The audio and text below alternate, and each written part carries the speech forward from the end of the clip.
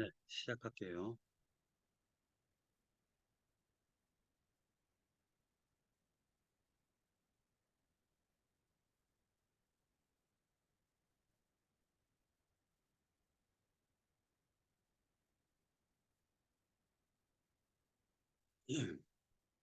오늘 히브리서 9장을 시작하는데요. 9장에 있는 말씀이 좀 어려워요. 그래가지고 이걸 어떻게 풀어서 설명해야 될까 고민을 많이 했습니다. 그런데 중요한 거는 인자 예수님을 갖다가 깊이 아는 시간이 되었으면 합니다. 자, 첫 번째 9장 1절에 보면 첫 언약에도 섬기는 예법과 세상에 속한 성소가 있더라 라고 얘기를 하고 있는데, 성소라는 의미는 거룩한 장소예요. 이유가 뭐냐면 하나님이 하나님의 백성과 함께하는 곳이 바로 성소이기 때문입니다. 성소는 하나님의 언약의 말씀인 십계명이 있죠. 아론의 쌍난 지팡이도 있죠. 그리고 만나가 있습니다. 자, 이스라엘 백성들의 죄들을 사하는 곳이기도 하지만은 성소는 외소와 내소로 그리고 성막들로 분리할 수가 있습니다. 자, 그런데 외소는 성소를 가리키고요. 내소는 지성소를 가리키는 겁니다. 이동식일 때는 성막이라고 불렀으며 나중에 솔로몬 성전 같은 경우는 고정식이잖아요. 그때는 성전이라고 부를 수가 있는 것입니다.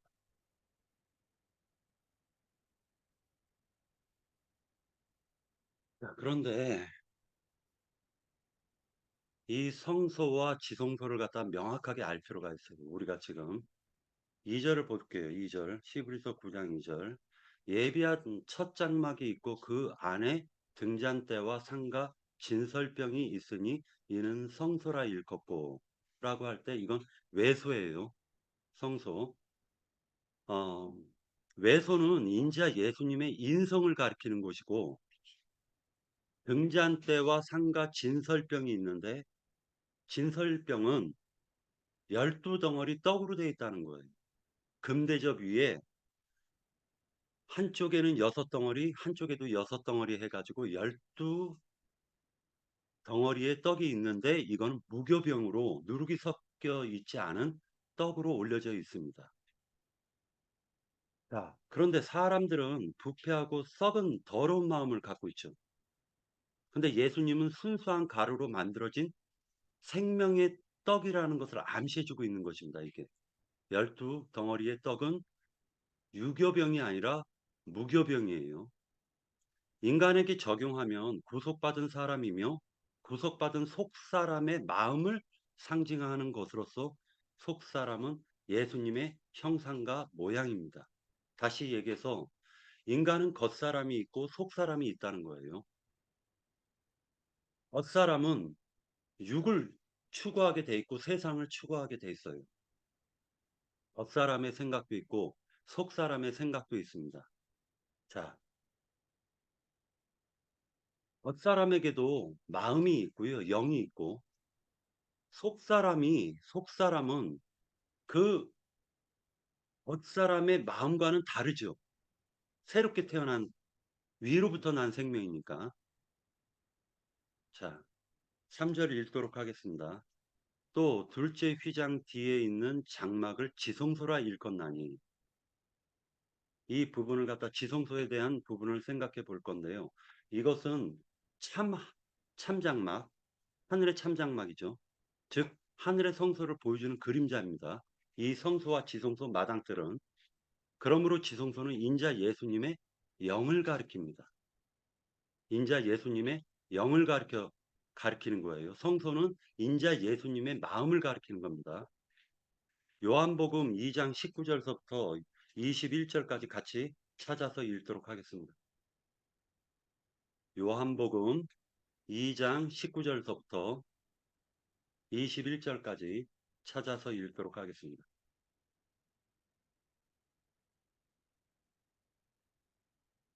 자, 찾았으면 제가 읽을게요.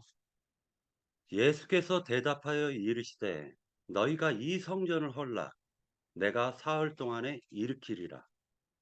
유대인들이 이르되 이 성전은 46년 동안의 지역권을 네가 3일 동안에 일으키겠느냐 하더라. 그러나 예수는 성전된 자기 육체를 가리켜 말씀하신 것이라고 증거하고 계시죠. 네.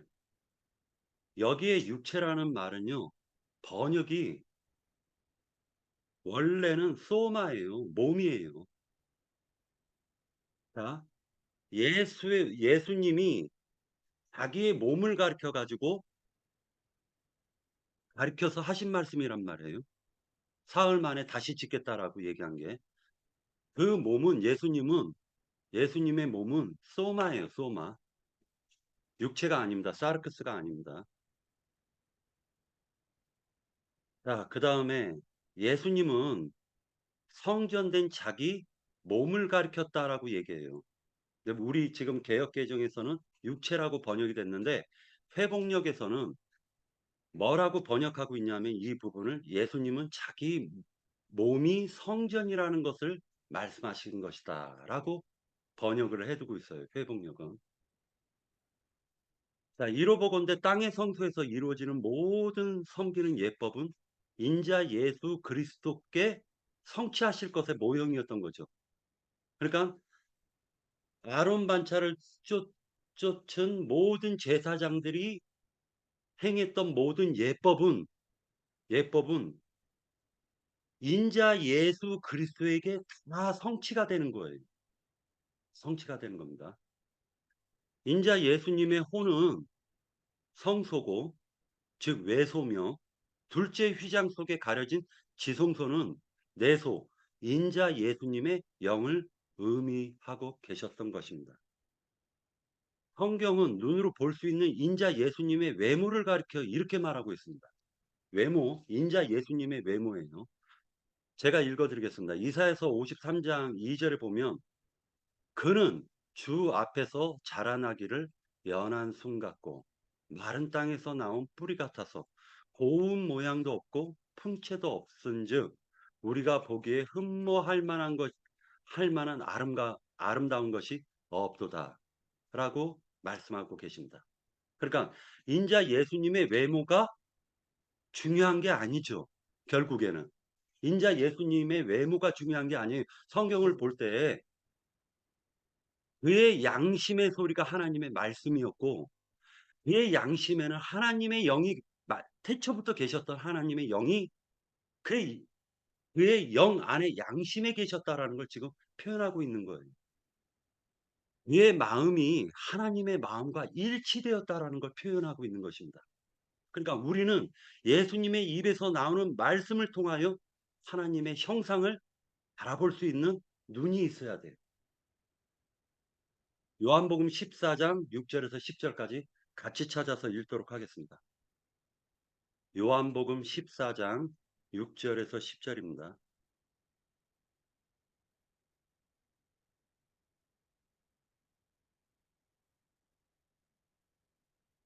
요한복음 14장 6절에서 10절.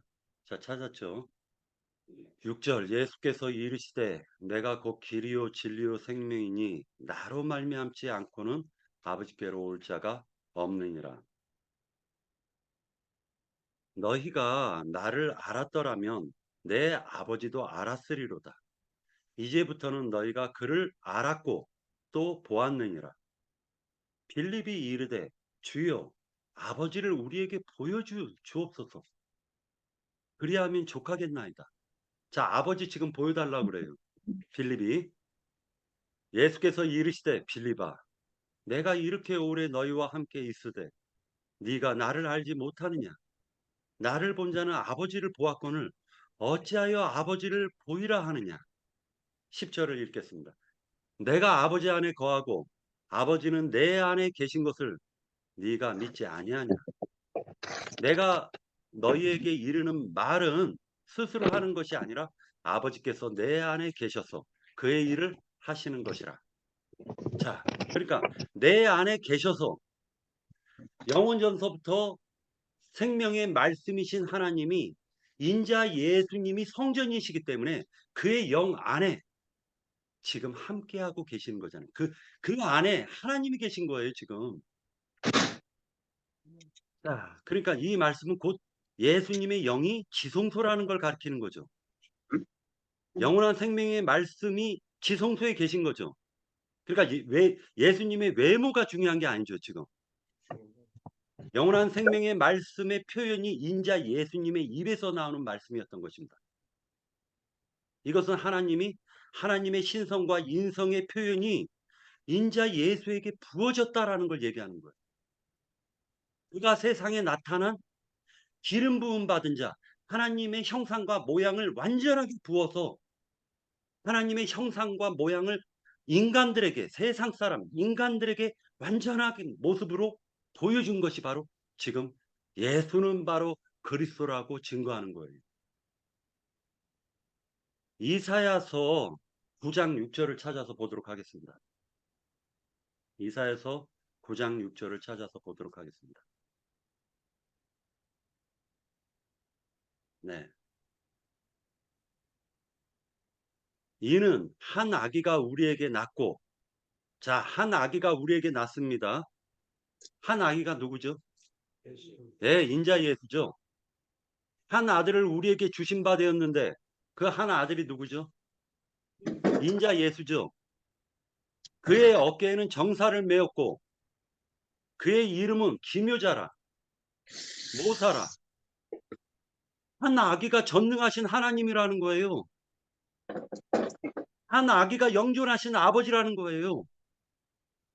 그가 평강의 왕이라는 거예요. 샬롬 왕. 자, 이것을 어떻게 해석할 겁니까? 인자 예수님은 하나님의 형상과 모양을 담았다라는 것인데 바로 알고 보니 성소와 지성소는 인자 예수의 영과 마음을 가리켰던 거예요.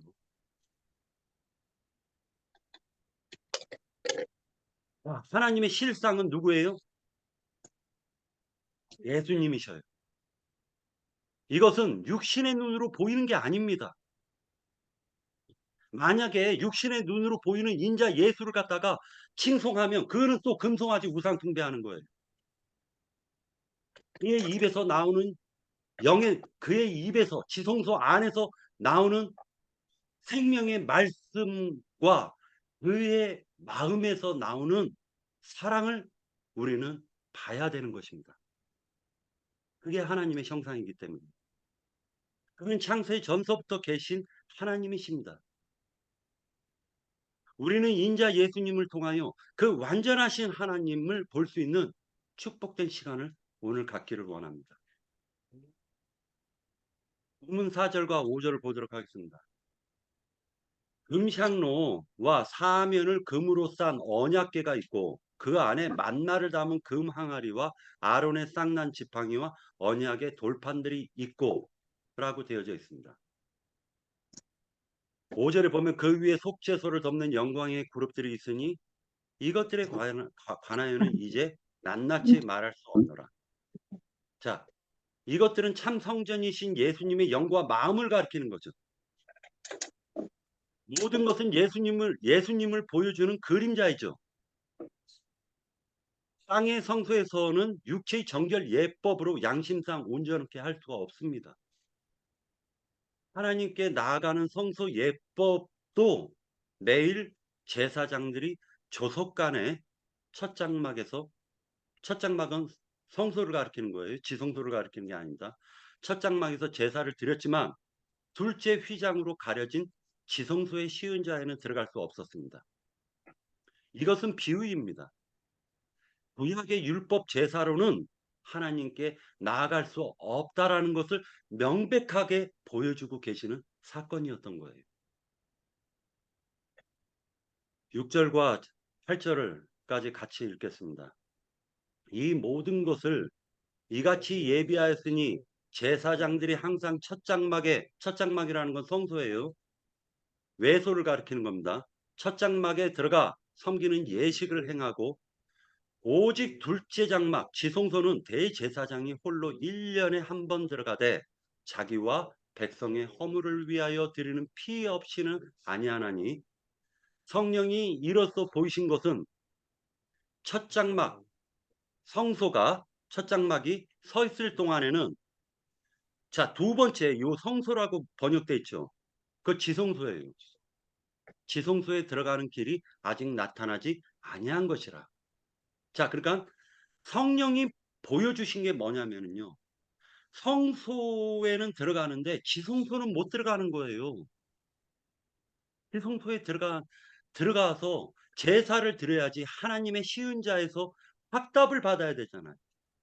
자, 근데 구약의 예법은 성소에만 들락달락거리는 아침 저녁으로. 이것은 지성소에 들어가는 길이 막혔다라는 걸 지금 보여주고 성령이 그걸 보여주고 계십니다. 본문 8절은 굉장히 중요한 말이에요. 첫 장막이 서 있을 동안에는 지성소에 들어가는 길이 막혔다라고 하는 것입니다. 이유는 둘째 휘장이 가로막고 있기 때문이에요. 둘째 휘장이 가로막고 있기 때문입니다. 자, 그러면 둘째 휘장이 무엇인지를 우리가 봐야 되겠죠. 창세기 1장에서는 피지 마시고요. 창세기 1장에서는요. 1장 1절에 보면 하늘과 땅이라고 개역개정에서는 번역이 되어 있는데 사실은 그 하늘들과 그 땅이에요. 그 하늘들과 그 땅. 자, 잠깐만요.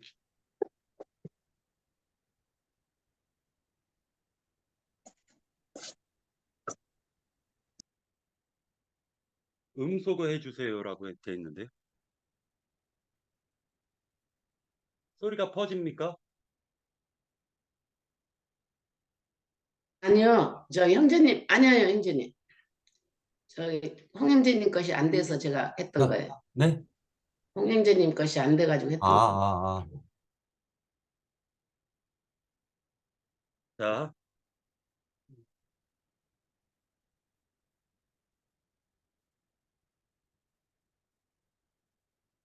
본문 8절에서 보면은 지성소에 들어가는 길이 막혔죠. 자, 창세기 1장에서는 그 하늘과 그 땅을 창조하셨습니다. 그러나 땅이 그 하늘을 받아들이지 않는 반역이 일어난 거예요. 지금 그 사건을 얘기하고 있잖아요. 창세기 1장이 1장 1절과 2절에서 얘기하는 게 땅이 반역을 한 겁니다. 그래서 창세기에서 보면은 바뀌어요. 땅과 하늘로 바뀌죠. 자, 이것은 땅이 지금 하나님을 받지를 못하고 있는 거예요. 뭐 때문에? 담 때문에. 이것이 바로 지성소의 둘째 휘장이 가로막고 있기 때문에 인간이, 제사장이 하나님께 들어갈 길이 막혔다라는 거예요. 자, 이 담이 뭐냐면은 바로 마귀가 반역을 했고 그 마귀의 수하에 있는 악령과 귀신들이 하나님과 인간 사이를 가로막는 담이 되고 있다는 겁니다. 담이. 그럼 그 담을 헐어야 되겠죠. 그러니까 그 담을 헐기 위해서 예수님이 두 번째 나타나시는 거예요. 히브리서 9장 마지막 절 28절을 보도록 하겠습니다. 이와 같이 그리스도는 많은 사람의 죄를 담당하시려고 단번에 들으신 바 되셨고 구원에 이르게 하기 위하여 죄와 상관없이 자기를 바라는 자들에게 두 번째 나타나시니라. 자, 이제 그 영이 돼서 예수님이 우리 심령 속에 오시는 걸 두 번째 나타남이라고 그래요. 자, 알고 보면 그러면 그 담은 알고 보면 죄라는 걸 알 수가 있는 거죠. 마귀의 인격과 마귀와 악령과 온갖 귀신들이 하나님을 인간에게 들어올 수 없도록 지금 담이 되고 막고 있다라는 걸 우리가 알 수가 있는 거잖아요. 그래서 이 세상은 지옥이라고 하는 것입니다. 그래서 이 세상을 가리켜서 지옥이라고 하는 거예요. 마귀가 하나님의 장막이 아니라 자, 성경이 보면 야곱의 장막이 나오죠. 그러나 반대로 에서의 장막도 나오는 거예요. 그 장막, 하나님은 에서도 사랑하십니다. 구원해야죠. 우리들이 전부 다 에서에서 야곱이 되는 것을 성경이 얘기해 주고 있는 거잖아요. 그러면 장막을 헐어버려야 되잖아요. 에서의 장막은. 그리고 하나님은 시천사들을 통해 가지고 교회를 장막으로 덮어 주셔야 되지 않습니까? 그죠? 그 장막을 왜 덮어요? 악한 영으로부터 보호하기 위해서 교회를 장막으로 덮고 있는 거 아니에요? 자, 그러니까 세상은 마귀와 그 사자들이 덮고 있는 지옥이죠. 지금 우리가 전도를 왜 하냐면은요. 온갖 더러운 영들이 그 사람을 하나님 못 믿게 만들고 있기 때문에 그를 해방시키려면 하나님이 그 장막을 찢어놓지 않으면 안 되는 거예요. 자, 시브리서 8장 2절을 보도록 하겠습니다. 성소와 참 장막에 섬기는 이시라.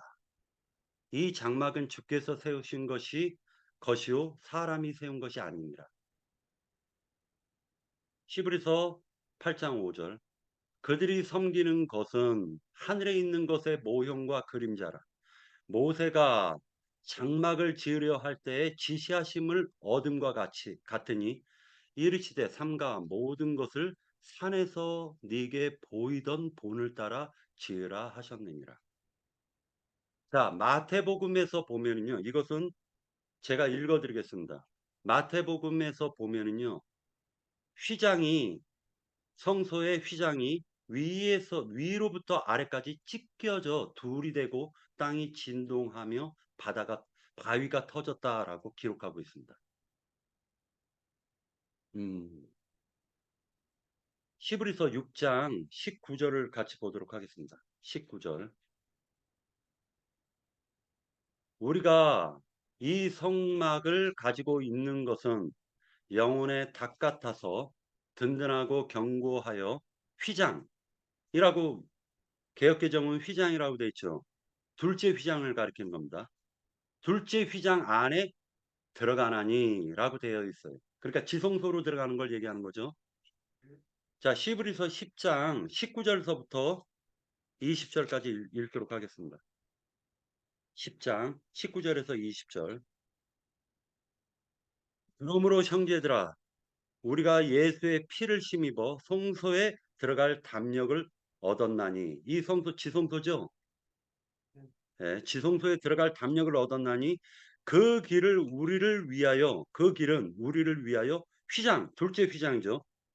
둘째 휘장 가운데로 열어놓으신 새로운 상길이요. 휘장은 곧 그의 육체니라. 여기서 놀랍게요. 시브리서 10장 20절에 둘째 휘장이라고 얘기하는 것은 육체, 사르크스를 얘기하고 있습니다. 자, 그러면 예수님이 사르크스입니까? 아니죠. 자, 하나님과 인간 사이를 가로막고 있는 그 육체라는 것이 하나님을 지금 지성소 안으로 우리를 못 들어가게 하고 있잖아요. 자, 그러니까 그 육체를 찢어버려야 되겠죠. 그걸 담을 헐어버려야 되겠죠. 근데 우리가 헐어요? 네. 우리는 그 생명의 피를 믿음으로 말미암아 하나님이 우리의 심령에 있는 그 담을 그 휘장을 찢어버리고 들어오시는 거죠. 네. 대제사장이 1년 1차 지성소에 들어가 하나님께 제사를 드렸지만 자기와 백성의 허물을 위하여 드렸죠. 근데 또한 또한 피 없이는 지성소에 들어갈 수가 없었죠. 피 없이는. 피는 생명이며 생명은 생명으로 갚아지는 것입니다. 첫 언약도 피 없이 세워진 것이 아닙니다. 모세를 통하여 첫 언약을 세울 때 짐승의 피를 우슬초에 우슬초에 묻혀서 백성과 두루마리에 뿌림으로써 세워진 언약이 첫 언약이에요. 자, 본문 19절에서 23절까지 같이 보도록 하겠습니다. 본문 9장 19절에서 23절까지 같이 보도록 하겠습니다. 자, 모세가 율법대로 모든 계명을 온 백성에게 말한 후에 송아지와 염소의 피 및 물과 붉은 양털과 우슬초를 취하여 그 두루마리와 온 백성에게 뿌리며 이르되 이는 하나님이 너에게 명하신 언약의 피라 하고 또한 이와 같이 피를 장막과 섬기는 일에 쓰는 모든 그릇에 뿌렸느니라. 자, 모든 그릇은 누구를 상징하죠? 예, 하나님의 영과 마음을 믿는 성도들에게 부어주셔야 돼요. 22절 율법을 따라 거의 모든 물건이 피로써 정결하게 되나니 피 흘림이 없은즉 사함이 없느니라. 그러므로 하늘에 있는 것들의 모형은 이런 것들로서 정결하게 할 필요가 없으나 하늘에 있는 그것들은 이런 것들보다 더 좋은 제물로 할지니라. 자, 이제 예수님이 양도 되시고 황소도 되시고, 근데 황소는요, 1년 1차에 드리는 그 황소는요, 붉은 소를 드리는 거예요. 황소를 드리는 겁니다. 불다라는 거는요, 불다라는 건 에서가 그렇죠. 그리고 아담이라는 이름 자체도 붉은 흙이죠. 예. 가인이 얼굴이 빨개졌죠. 그러니까 불다라는 거는 죄로 가득한, 죄로 가득한, 허물로 가득한 인간들을 대표하신 분이 바로 예수님이 그 모든 인간들의 허물을 다 짊어지시고 어린 양이 되셔서 십자가에서 대속하시는 거죠. 대속하신 겁니다. 그래서 불, 붉은 황소라고 지금 얘기하고 있는 거예요. 예수님은 붉은 황소가 아니죠. 예수님은 인간의 눈으로 볼 수 없을 정도로 환한 빛이시죠. 그런데 본절 23절에서 보면 더 좋은 제물로 한다는 것은 말씀이신 하나님이 육신이 되어 자기 백성에게 오신 사건을 가리키며 이는 하나님이 직접 첫 언약의 책임을 담당하시겠다는 증거입니다. 자, 그러니까 예수님께서 모든 사람은요, 모든 사람은 아담 때로부터 지금까지 모든 사람은 다 남자의 씨를 받아가지고 여자의 그릇에 담아서 잉태되어져서 나왔죠. 그런데 아담이 저주를 받았네. 그러니 저주받은 자식들밖에 더 낳겠냐고요. 그죠? 그런데 하나님께서는요, 말씀이신 하나님께서는요, 인간 속에 말씀으로 잉태를 시키신 거예요. 이건 비밀이죠. 그래서 여자가 해산을 해요. 인자 예수님이에요. 그러니까 예수님은 인간의 죄와 상관없이 태어나셨죠. 그런데 예수님은 오셔야 돼요. 왜? 담을 헐기 위해서 인간으로 오셔야 될 필요가 있었던 거예요. 하나님께서는. 자, 그 몸이 바로 예수, 인자 예수의 몸으로 오셨다는 거예요. 그러니까 인자 예수님의 외모는 아름다운 풍채가 없죠. 그러나 영원한 말씀이신 생명의 말씀이신 하나님이 인자 예수님의 몸 안에 성소와 지성소 안에 오셔가지고 그분의 생명의 말씀과 그분의 사랑의 마음을 인자 예수님을 통해서 지금 다 그 형상과 모양을 다 보여주고 계시죠. 그러면 인자 예수님을 보면 하나님을 볼 수가 있는 거죠. 그죠? 이건 비밀이에요. 이게 비밀인 거예요. 하나님께서 직접 인간의 모습으로 오셔서 자신을 하나님의 참 장막의 제물로 드림으로 세상 끝에 첫 언약 때 범한 모든 허물을 짊어지고 생명은 생명으로 갚아야 되기 때문에 예수님이 십자가에서 죽으시고 그 보증으로 자신의 피를 구속받은 성도들의 양심에 뿌림으로써 양심을 정결케 하신 것이 이것이 바로 새 언약이요? 이것이 유언이었던 거예요. 그래서 요한복음 13장에서 17장까지 유언의 말씀을 그렇게 남기신 거예요. 예수님께서.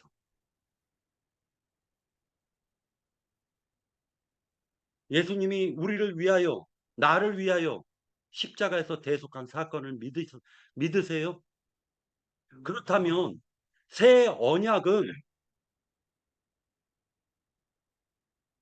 네 이웃을 네 몸과 같이 사랑하라는 거예요. 예수님이 나의 모든 허물을, 그 많은 허물을 덮어주셨어요. 그러면 나도 세상 사람들의 허물을 퍼줄 줄도 알아야 돼요. 그리고 이것을 복음을 전해야 돼요. 맞죠? 나의 이 영원히 지울 수 없는 그러니까 말하자면은 끝도 한도 없는 그 수많은 허물들을 하나님이 대신해서 십자가에서 죽으셨던 거예요. 그렇다면 그것을 믿는다면 우리 형제 자매님들과 그리고 세상에서 유리방황하는 저 가인의 후손들이 얼마나 불쌍하고 그들을 예수님의 마음을 받아가지고 우리가 사랑해야 되는 것을 깨달아야 되겠죠. 결국 내 이웃을 내 몸과 같이 사랑하는 것이 새 언약이 이루어지는 거죠. 성취되는 거죠. 예수님이 우리의 모든 허물을 덮어주셨어요. 그분의 사랑으로. 우리가 비록 사랑은 못하지만 우리도 우리의 이웃을 사랑해야 돼요. 나의 허물을 용서하신 것과 같이 이웃을 사랑하는 그러한 형제 자매님들이 되시기를 원합니다. 네. 본문 24절에서 28절까지 읽도록 하겠습니다. 그리스도께서 참것의 그림자인 손으로 만든 성소에 들어가지 아니하시고 바로 그 하늘에 들어가사 이제 우리를 위하여 하나님 앞에 나타나시고 대제사장이 해마다 다른 것의 피로써 성소에 들어가는 것 같이 자주 자기를 드리려고 아니하시니 그리하면 그가 세상을 창조하실 때서부터 자주 고난을 받아야 할 것이로되 이제 자기를 단번에 제물로 드려 죄를 없이 하시려고 세상 끝에 나타나셨느니라. 자, 그러니까 예수님이 오신 것은 세상 끝이었던 거죠. 구약 시대의 끝이었던 거예요. 한 번 죽은 것은 사람에게 정하신 것이요 그 후에는 심판이 있으리니 이와 같이 그리스도도 많은 사람의 죄를 담당하시려고 단번에 들으신 바 되셨고 구원에 이르게 하기 위하여 죄와 상관없이 자기를 바라는 자들에게 두 번째 나타나셨느니라. 맞죠? 땅의 대제사장이 지성소에 속죄 제사를 드리고 난 이후에 이스라엘 백성들에게 피를 뿌렸던 것처럼 이제 그리스도 예수께서 자기를 바라는 자들에게 두 번째 나타나셔가지고 자신의 피를 구속받은 즉 새 언약을 믿는 자들에게 그 양심 영 안에 있는 그 양심의 피 뿌림으로 말미암아 믿는 우리들도 정결케 되었다는 사실을 믿음으로 꼭 취하셔야 됩니다. 그래서 그리스도인들은 70번 7번 넘어져도 뻔뻔하게 하나님 앞에 다시 또 회개해야 돼. 하나님 나를 용서해 주세요. 이것을 꼭 붙잡아 우리의 살아난 양심을 통하여 하나님께 경배 드려야 됩니다. 그러니까 육으로 경배 드리는 게 아니에요. 본문 15절을 읽도록 하겠습니다. 15절서부터 17절까지. 그러므로 그리스도는 새 언약의 중재자이십니다. 그는 첫 번째 언약 아래에서 저지른 범죄에서 사람들을 구속하기 위하여 죽으심으로써 부르심을 받은 사람들로 하여금 약속된 영원한 유업을 차지하게 하셨습니다. 자, 유언의 효력이 이루어지려면 유언한 사람이 죽어야 돼요. 그게 확인되어져야만이 그 유언이 효력이 발생하는 것입니다. 17절. 유언이라는 것은 유언한 사람이 죽어야만 효력을 냅니다. 유언한 사람이 살아있을 동안에는 유언은 아무런 효력이 없기 때문입니다. 마태복음 26장에 보면 읽겠습니다. 제가 이것은 죄사함을 얻게 하려고 많은 사람을 위하여 흘리는 바 나의 피 곧 언약의 피니라. 피는 뭐라고 했죠? 생명이라고 했습니다. 짐승의 피는 짐승의 생명인 거예요. 짐승 제사는 모형이죠. 예수님의 피는 예수님의 생명인 거예요. 예수님의 피가 죽었던 양심에 뿌려져서 이제 새 생명을 얻었으면 그 새 생명으로 하나님께 경배를 드리는 축복된 형제 자매님들이 되셔야 되는 것을 암시해주고 있는 것입니다. 그 축복은 바로 내 이웃을 내 몸과 같이 사랑하라는 예수님의 명령이에요. 새 언약이에요. 이 모든 말씀에 성경이 담겨져 있는 것입니다. 하나님을 믿는다 하면서 이웃의 허물을 덮어주지 못하면은 그것은 하나님의 말씀의 효력이 그 사람에게 적용이 되는 게 아닙니다.